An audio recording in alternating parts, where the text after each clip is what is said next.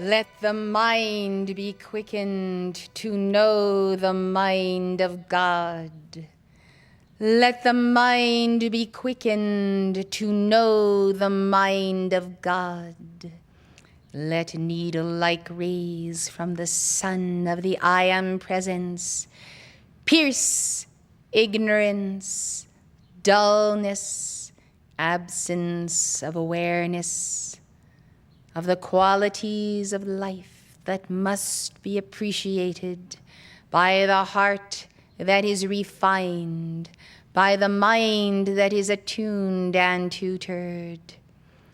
In these days, beloved, with the descending dark cycle, you will be aware of a subtle density closing in, and of the faculties of mind and heart and soul and spirit here below, not being the full essence and joy and penetrating perception that you once knew even in the days of Eden, when you dwelt at the edge of the etheric octave, not yet having descended into denser levels.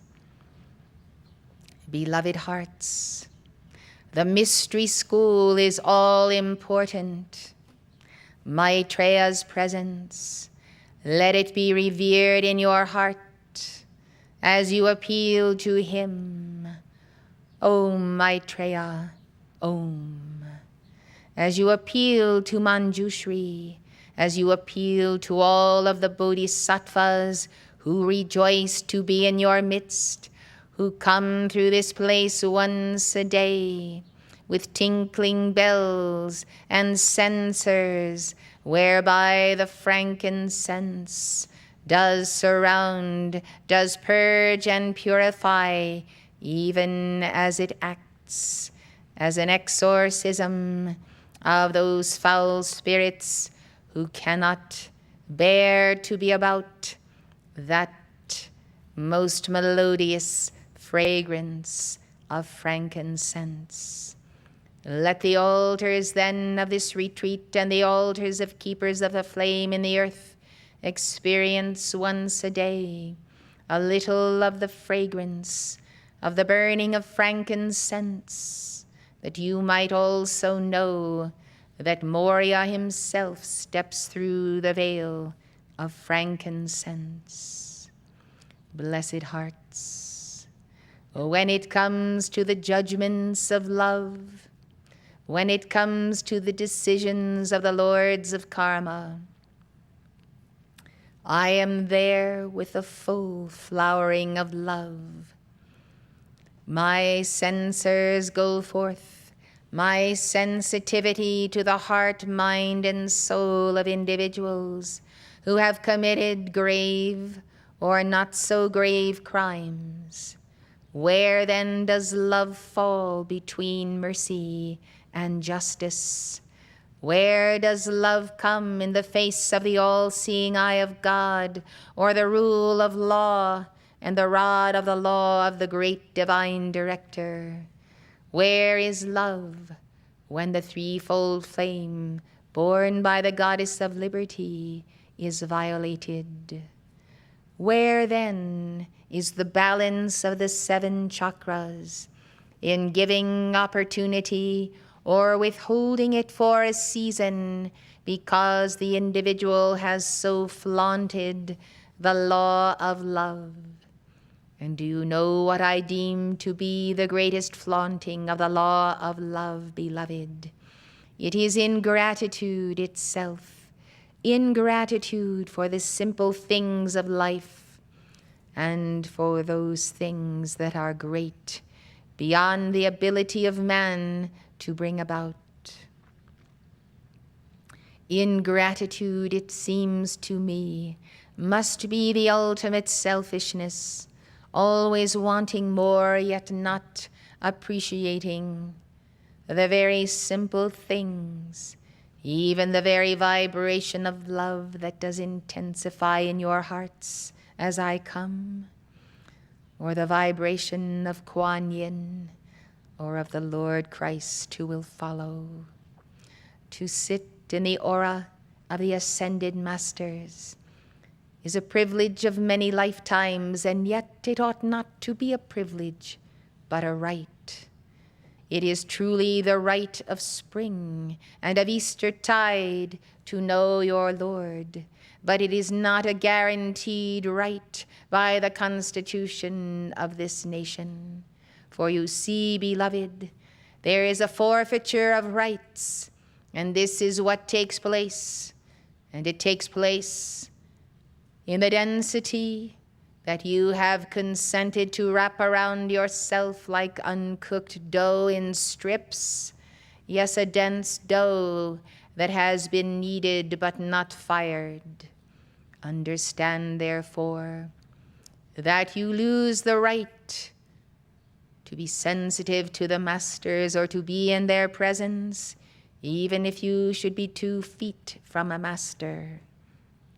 You lose that right when you begin to take for granted what it takes for a master to lower the vibration into your life and world, to raise up a messenger that might be the nexus of the flow of that light, to maintain a community, to draw a circle about it, and to be able to count on life streams who know very well they could be at a better place for better pay, more opportunity in this world, more excitement, more fascinating things to do, to draw a circle around a place and to call it Maitreya's Retreat, Maitreya's Mountain, Maitreya's Mystery School.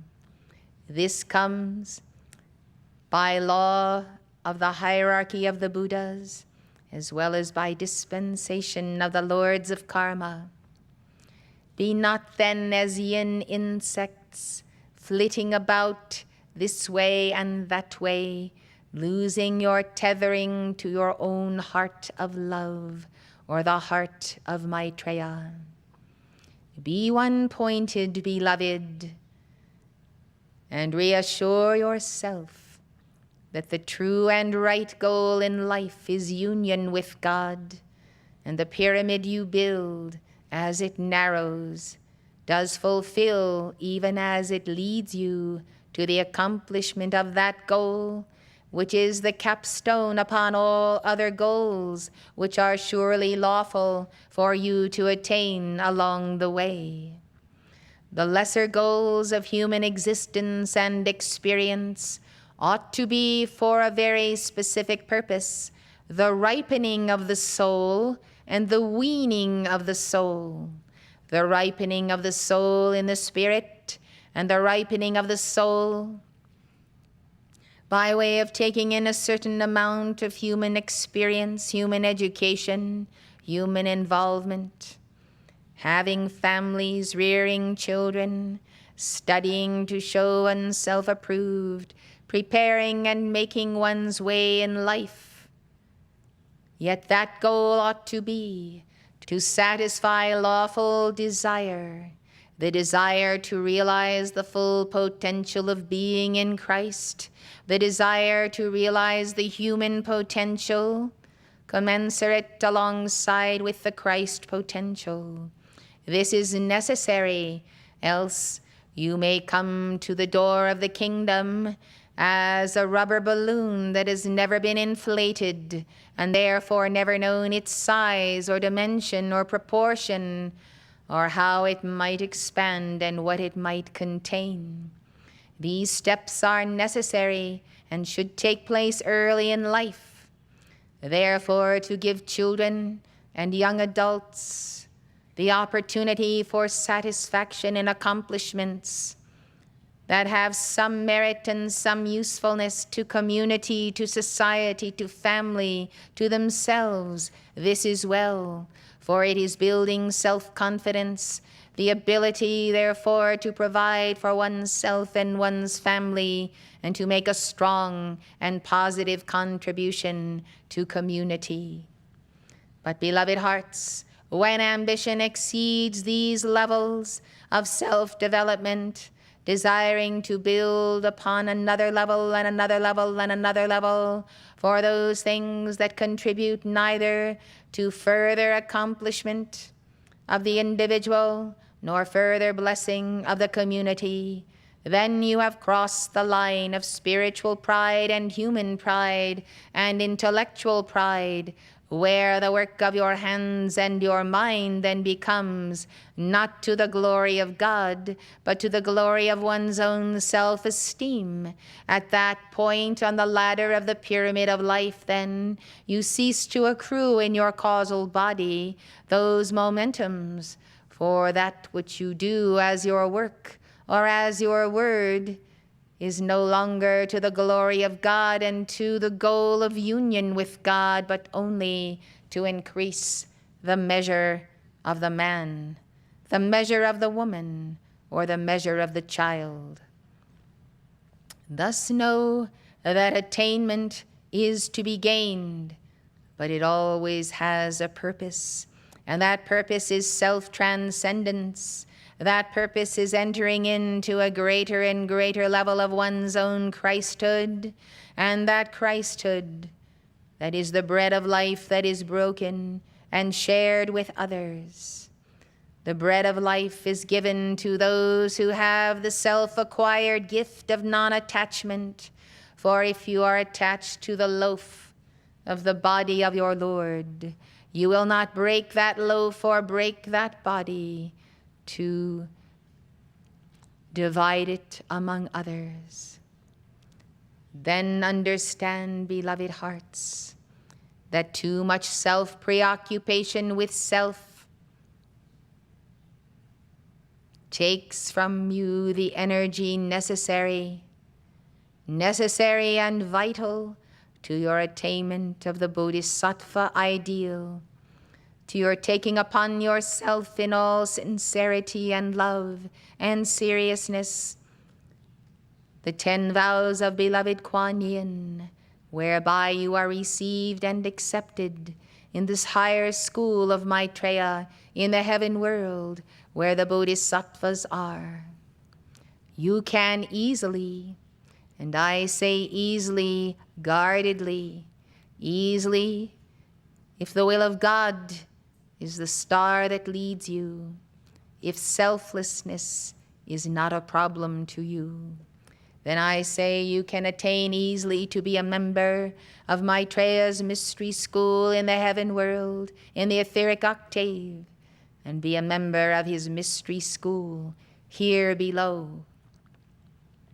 The reality of that school and of your training ought to be brought to your memory now and then, for some of you forget that every day that dawns you greet Lord Maitreya to bow before his mighty heart and to say to him, "What will you have of me this day? What may I do for you, Lord Maitreya, and for Moria, the messenger, and each precious member of this body of Maitreya?" Thus the attainment of the Bodhisattva level is possible to you here, but you must reason with right reason. You must reason with the scribe who is your very personal recording angel when you are setting forth the goals of your life, to be sure to include enough time and space, not only to balance karma, but to fulfill the dharma and your calling. These things cannot be set aside for anything. For anything, I say, beloved, for if you allow all of the fruit of your tree of life to be devoured by those around you to whom you have a false sense of responsibility, then where shall that fruit appear in the day when the fruit shall be counted, to see whether the 12 manner of fruits upon your tree of life have ripened and are now ready for the feast of Maitreya, that they might be plucked, suitable and fit for his own assimilation? I tell you, the spiritual path the physical and human path, the path of self-transcendence through dealing with your psychology, can all be fitted into your schedule, can all be fitted in, as long as you place the proper weight on each part of your life, each aspect, and as long as you realize that to do these things well and to be worthy of the calling that you have been called to, you may not engage in dalliance, in forms of entertainment that weigh down the mind, that pollute the astral body, that leave records in the mental body. I speak, beloved, of going over and over again the past motion pictures that have played and played and played themselves out. Have you ever seen a bodhisattva come out of a group of individuals who were movie buffs? I haven't. The goal for the lords of karma for you, beloved, is to see that which is quality. There is much that is quality that is conveyed by satellite on certain stations. You must set up a program whereby you can play these for your members, record them, play them again. These are the essences of culture. I come on the ray of divine love. You have children in your midst already who have ultimate talent in the arts and in music, who have come from Venus, who are not receiving the training that they should have, but rather you are letting them engage their attention on those things that will only corrupt the great geometry of the all-seeing eye of God that is a building in them in the cooperation of their soul's inner work with their holy Christ self. It is the time you waste in senseless endeavors, in those things which do not accrue to you one iota of intelligence, refinement, adeptship, healing, or anything else that is good, true, and holy that you can name. This is part and parcel of the indulgence of the dweller on the threshold. Take care then, beloved ones, for all things can be accomplished here. But when you let your minds stoop to the level of those motion pictures that have to do with human emotion, human sexuality, violence, ego strutting, and all kinds of distorted sounds, this, beloved, not only affects you, but it compromises Maitreya's mystery school. I speak therefore on behalf of the lords of karma. It is not necessary that anyone among you should censure movies or other entertainment. It behooves each one in your own Christhood to do that censoring and to realize that if too many of you continue to watch too many of these motion pictures or to engage in other entertainment that is surely below the level of your Christhood, you will see a compromise in this mystery school of Maitreya that will not be able to be made up. It will not be made up by El Moria, by the messenger, or by a counterweight of your decrees in this court.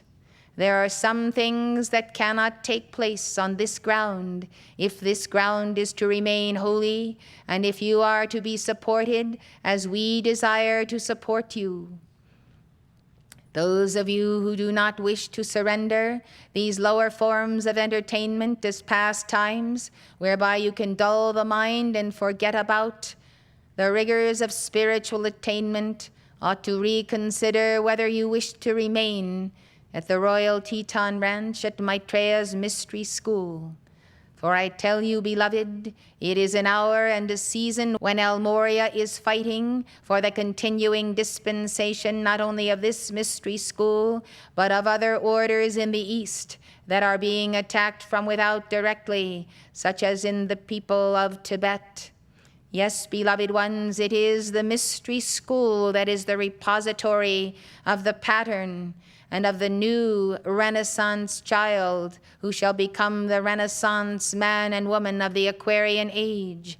If culture, the culture of divine love and beauty, is to be perpetuated, then I say you must make yourselves bastions, towers of the love ray of the arts of Paul the Venetian, and throw out the rubbish and remove it from your files.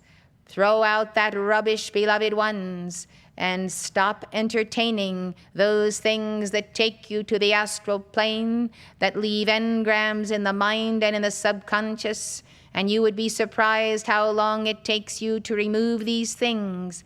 And the younger your children are when you allow them to be before violence, the more damage that is done. I tell you, parents who have been sponsored not alone by El Moria, but by the lords of karma to bring in children of light, wherever you are in the world today, take heed.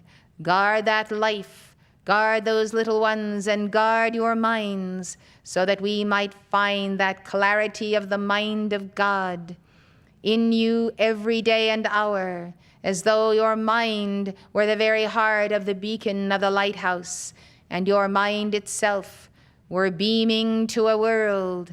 The cadences of the mind of Maitreya, the distillations that you have brought forth from the higher octaves of the Bodhisattvas. There are too precious few places in the earth where such discipline of love is required. I pray that you will uphold this mystery school. I pray that those who are considering coming here and who are ready for the rigors of the path will not shirk, will not hold back, will not consider some others who have complained and complained about how hard it is to be at Maitreya's place. Let the complainers do their complaining elsewhere, for there are many who will fill those vacancies, who will enter in, and who will not even consider that this mystery school is as difficult as they thought it would be. Blessed ones, it is time to treasure the jewel of the Sangha, the jewel of the Buddha, who is not a silent Buddha, but a Buddha who may speak to you through your messenger yet. It is time to treasure the jewel of the Dharma, the carrying the weight of responsibility of the entire spirit of the Great White Brotherhood. It is time to carry that weight of the causal body of the Great White Brotherhood, and to not look back into the old days or try to remold yourself or your community after you have been here for so many years, after the ways of the world. The mystery schools are the fount of light. Unless the fount be kept as living flame, the flame can go out. You remember the tales of ancient Atlantis told by Philos the Tibetan. Know then that the Maxine light was withdrawn. Know then that all the work that was done by Jesus Christ for hundreds and even thousands of years of his tending the flame of the golden age of Atlantis did also go out. Are you not astonished that in the very living physical presence of the Lord Jesus Christ, yet the fallen ones did attack him in the fullness of his godhood, Christhood incarnate, and that they were able to turn aside many from that Lord, until finally the few who were loyalist to him removed themselves from that continent entirely and took up their abode in the land of India, the land of the Mother.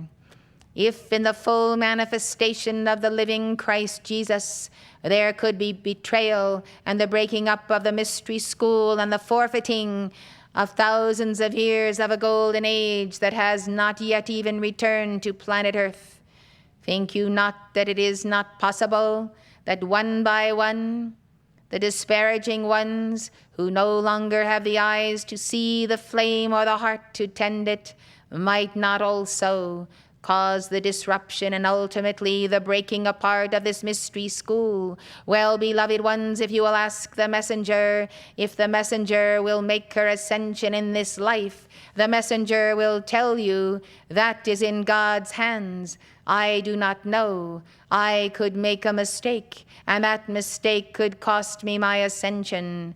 Therefore, you see, beloved ones, the same is true at the community level. Each member of the community worldwide of this mystery school, every keeper of the flame in every city and town and home the world around, is a part of the pillar of the mighty temple that ultimately will become physical here if there are those to tend the flame in the very center of that temple. Beloved ones, nothing is secure until you make it secure with the totality of your life.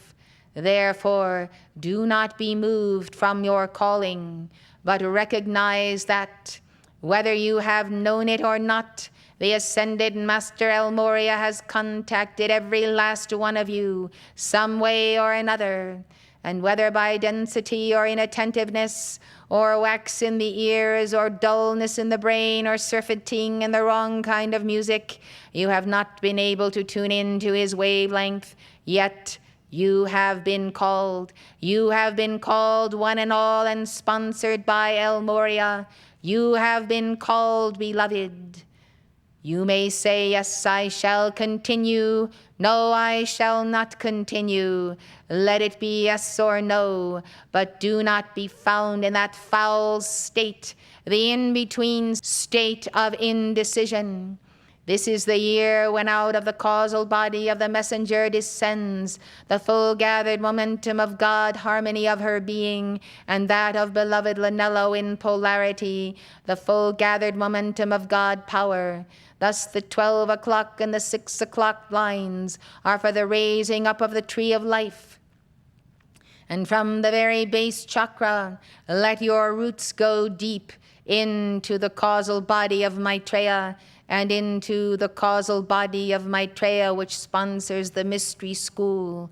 And let the rings on your tree of life increase, that you might become mature, that you might have the spiritual strength to reject the old self and the old momentums and the old dweller. Let the branches of your trees be full and flowering. May they increase and grow high, that the God power and the empowerment under the hierarchy of the great divine director and the great hierarchy of Capricorn be for you this year of solidifying, stabilizing, and determining that this is the place, this is the soil, this is the earth where I take my stand, where I have my victory, where I teach my children what it does truly mean to be a Chela of El Moria. And I teach them even as I teach them from the moment they are born, of who is that master who loves them and sponsors them.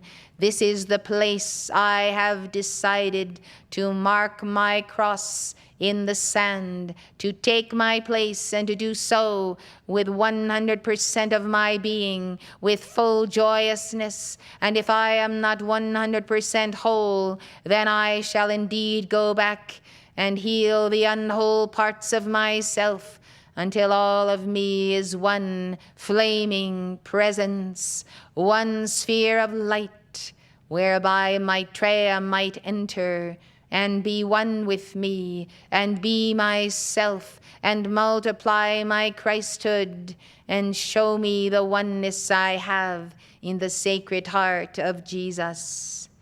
Blessed ones, this is not a time for the perversions of the 6 o'clock line. Serapis Bey is here with Seraphim of God to give you the mighty disciplines of the base chakra, that you might raise up the white fire, nourishing every chakra, balancing every chakra, and seeing yourself as a being who is individed in God, as above, so below. And the figure 8 does make the above and the below whole. Thus it is no time for self-pity, sympathy, self-justification, all the indecision, all the wishy-washy stuff. This is the time, beloved, to see that victories are about to happen in every direction, victories that need your strengthening, your input, and your presence. I bid you then read the Mahatma letters, read the old books that Moria sponsored and that we guarded. Read the Path of the East and discover once and for all what is the true meaning of a disciple on the path. And above all, do not carve out your own concept of your own path that has nothing to do with the Mahatmas. I cherish each and every one of you. I am Nada of the flame of love. I come to sponsor the arts. I come to sponsor love that repels selfishness, self-love, non-surrender, non-service. I come with the love of the ruby ray that can empower you unto the day of your appearing at Serapis Bay's retreat. It is not hard, beloved. You are equal to the task. Reject the spoilings that have come upon you by well-meaning caretakers, parents, etc. For the spoiled who have been spoiled, it is always too hard. But the course that is set is one that everyone here can make, everyone can accomplish, everyone can survive. Yes, indeed, beloved, you can make it here if you want to. If you do not want to, then it is best you set up your own retreat in Devachan, as you may imagine it, as you may imagine your encounters with the Brotherhood. Yes, Devachan may be your dream world, but do not count on outpicturing that dream world in your next life. Yes, this is the place you can conquer. I, Nada, have come in the greatest love and joy. I have spoken to you of reality. May you not shirk from facing it. I seal you in the light of springtime. May it be for you the light of the springboard to your ultimate victory.